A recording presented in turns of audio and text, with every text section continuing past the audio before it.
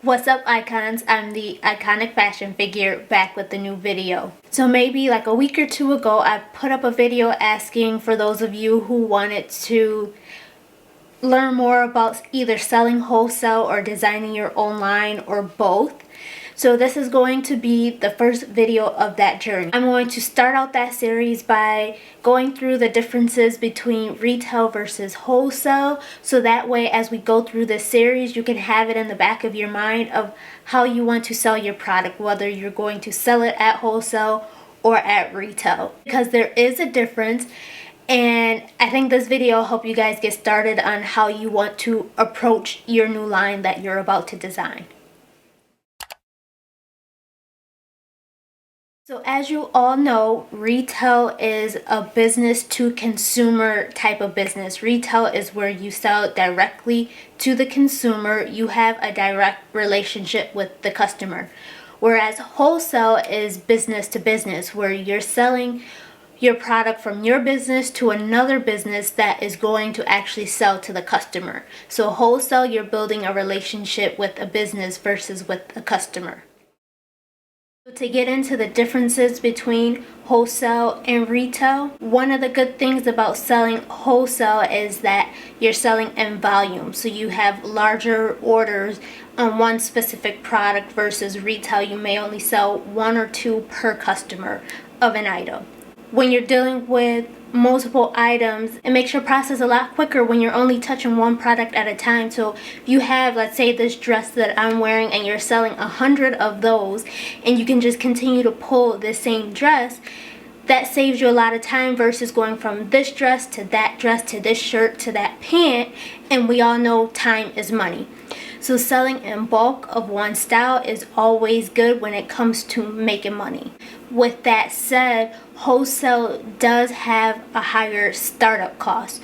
So you have to come out of your pocket with more money to get started with a wholesale business.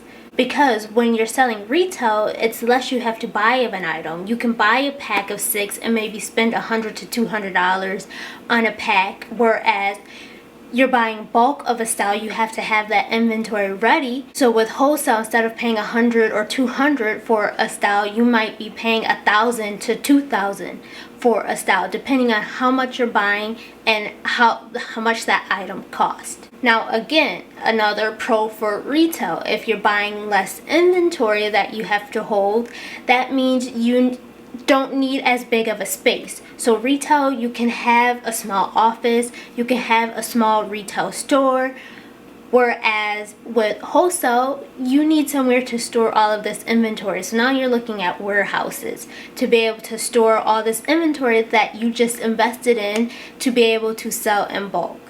Another good thing about wholesale is you can build those relationships with another business. Relationships are key when it comes to running a business, especially if you want a repeat customer.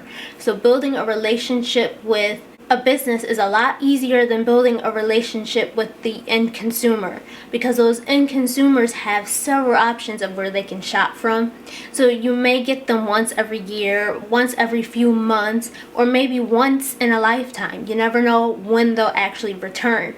Whereas with wholesale, those businesses tend to come back. So it's so much easier to build a relationship and have that brand loyalty with another business on the wholesale side than it is having brand loyalty with a consumer on the retail side. Of course, yes, that's great on the wholesale side, but with retail, you can have higher markups, which means you're making more money per item. Whereas with wholesale, you have to keep your markup as low as you can, so that way the business that you're selling to can actually resell that product to a customer. If your pricing is too high and your business that you're selling to can't sell that product to their customers, you'll eventually lose them as your customer because the pricing is too high. So you have to keep your markup lower, and retail can mark it up as high as they want. For instance, the average for the markup for a wholesaler is usually about 40%, whereas a retailer may mark it up like 60%, sometimes even higher, depending on how much they know they can get out of their customer for an item. So with retail, you have a little more leverage in your pricing and how much you can charge per item. Wholesale, not so much. And then going back to talking about the inventory and pulling items and time is money. When it comes to wholesale, you're going to need a lot of manpower. You need enough helping hands to be able to pull these orders, especially when you're selling in bulk. So you'll need a team to help you run that business, whereas retail, you can run that off one or two people, especially in your beginning stages. You can do that alone and then build up from there as your business grows. So you might be paying employees on the wholesale side, whereas retail, you're doing it alone. So again, we're talking money here to get started when it comes to wholesale. But a good way to save you a little money on the wholesale side, for wholesale, presentation and the aesthetic doesn't matter as much as it does on retail side. Retail, presentation matters. It's a big deal. You have to present your brand to a customer in a way that attracts them. Whereas wholesale, that doesn't matter as much. Honestly, you can throw together a line sheet of the products that you are offering and send that out to buyers, and they will buy it from a line sheet. Whereas retail, if you give a customer a line sheet, they're going to be like, what is this? Like, we're in 2020, nobody buys from a catalog anymore. Wholesale, people will buy from a catalog still. The other good thing about wholesale, which may be a nuisance on the retail side, is wholesale, you don't have to collect sales tax, which means you're not filing, well, I shouldn't say you're not filing sales tax. You do still have to file it, but you have to mark it as exempt. But with retail, you're collecting sales tax from those customers, so that means you also have to file that sales tax. We know sales tax can be a nuisance to collect and then have to file those taxes, but remember, as a wholesaler, you still have to collect those resale certificates to mark the sale as exempt. And then the last thing that I just want to quickly throw out there, when it comes to wholesale, you may not be dealing with as many customers as you would on the retail side. Retailers see a lot of customers daily. You get customers that may actually buy something. You get customers that won't buy anything. Not to say that wholesale doesn't get that too, but you're not dealing with as many customers because you're building relationships with the customers that are coming along. So you're spending a little more time with each buyer that comes to you, whereas retail, people are in and out, they come and go.